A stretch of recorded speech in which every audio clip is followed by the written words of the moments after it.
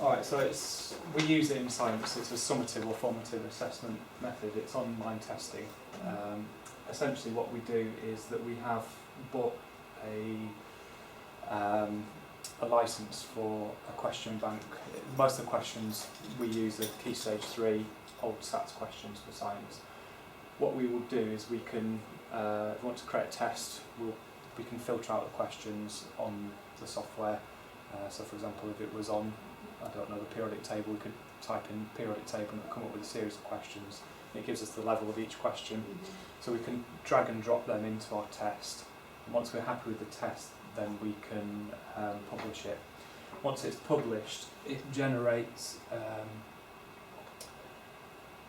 I just find it, it generates a web address. What happens then is we can give that web address to the students in our class. When they log on to that, then there's a couple of fields where they have to put their name and date of birth in. Once they put that in, then they're on the test. The system should know who they are because it links with Sims. So every student in the school has got access to the tests. So once they've done that, they've got the test comes up. Most of them are multiple choice for science. There are some longer answer questions, but the majority of them look like this. It's just ticky boxy kind of things.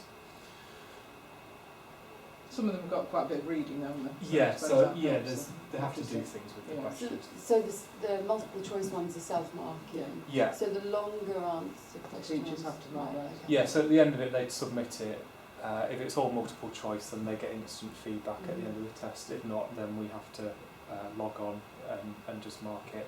But I have to say, it's much slicker because you just sat there with the cursor just going 1 mark or no mark or 2 marks. Whereas with paper tests, you're always shuffling stuff around. So it is I find it quicker to mark it like that. So once you've finished marking, we can get quite a lot of information from it. One of the things that we get to start with is just the pure data in terms of a raw percentage. Now that is a test that I did about a week ago with all of year 9, so it's the end of key stage test. So it gives them a raw percentage, so that gives you a rough idea of how they do. But if you export it onto a spreadsheet, which is simple to do, it gives you tons of information, how many questions they got correct at each level, all that sort of stuff. But the key thing that you can get from this is what they call the Alfie judged level, which is it's a judgment based on the percentage of correct answers at each level each student got. So it's a bit more accurate than just transferring a raw score or percentage over to a level, which is what we seem to do a bit in the past. From using it, do you feel that it does correlate in terms of the levels that they get and what you... Interesting, yeah, I've just done the analysis on this test, and when you look at certainly the CAT scores from year 7, there is a correlation between their CAT scores, maybe not necessarily their target grades. No, because that's key stage 2. Yeah, because that's key stage 2 data, but certainly there did seem to be quite a strong correlation between CAT scores and what their judgments were at the end of key stage 3. So that's one thing. We can get the spreadsheet. That's obviously useful for internal use. We can also generate a report that looks like this. Now, I'll just try and zoom that in a little bit. It can give us just general information about the group, or because it's the year group. It can give us an average level, for example. It also tells us, where the percentage of correct answers are being scored.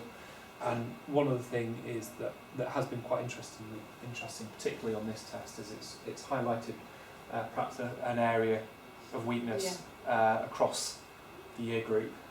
So this is a chemistry area. So I would maybe flag that up in terms of curriculum development, that perhaps we've got a bit of an issue with how we're teaching a bit of this chemistry. Either that or some of the questions were just maybe a little bit tricky. So highlights areas where we need to have a little think. So it does it for the year group, but it also gives a report That's a for. child report. We don't give them out. Yeah, like yeah. that, but Yeah, that's you've what got you could have. It gives a report for each student, so we can either give that to a child, or if we wanted to really sort of zone in and think about what's going on with that child, then that's kind of a useful tool. So that's either we can share that sort of information with the student, or keep it for ourselves. But the one thing that is really useful to share with them is the thing at the bottom that says the next steps. Yeah. You can see that on there. When they finished a test, and it's been marked, they can log back onto that test, and it should go straight to the page where it tells them what their next steps should so be. that's embedded in that. Yeah, so they can either print that off at home or just write it with that through web exercise address, they book. take that, they've got that web address. Yeah, so they just So need their web address and the name and date of birth. So how long does that stay live then? That's indefinite. Oh right, indefinite. okay, so they can always go It can back. be cumulative, so Yeah. you can join tests together and give them a bigger report. Oh, okay. So that would be Year, if you- per test. If you look on the next sheet of paper, Yeah. there's actually a flight path, and you can Oh, see there that there's dots. That's previous tests, and then based on what their target data should be for either Key Stage 3 or Key Stage 4, it projects where they ought to be going, and obviously you can chart whether or not that test is on that flight path or not. So that again is quite useful. What else was there to say? Is there a reason, I'm guessing there's other programmes like this, or is there not? Is there a reason why you've chosen this over others? I think this one's the biggest selling one at the moment. I think modern languages do this in this Do school. they? Okay. Yeah, so it's been promoted quite a lot, hasn't it? I I think think- there are other ones, but we used to do, what was that one we did? Test based. Test-based thing, which Yeah. So you bought it individually for science, or because Yeah. Emma felt like, But yeah, really the school should be looking at it as a... Yeah, because I it think was cost they- effective. Yeah. Yeah, there'd be, if you could buy a licence for the whole Yeah. school, then I that'd mean, be we useful. use it quite extensively for 3-year groups anyway, so Yeah. it's not a bad Would investment you ever for us. use it for your GCSE groups, or is it more It tailored? is available for them.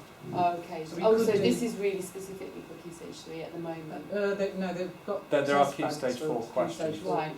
But we because haven't we've bought it. I got see, quite right. a lot of long answers, Yeah, of we'd course, have to yeah. use it in a careful way, because Yeah. most of it's multiple choice, which Yeah. they don't actually do in tests and exams. You Right, say that, yeah. but we haven't. Have we really looked at the Key Stage 4? The actual, questions. no, but I mean, if they're long answers, then it's not going to mark it for us, is it really?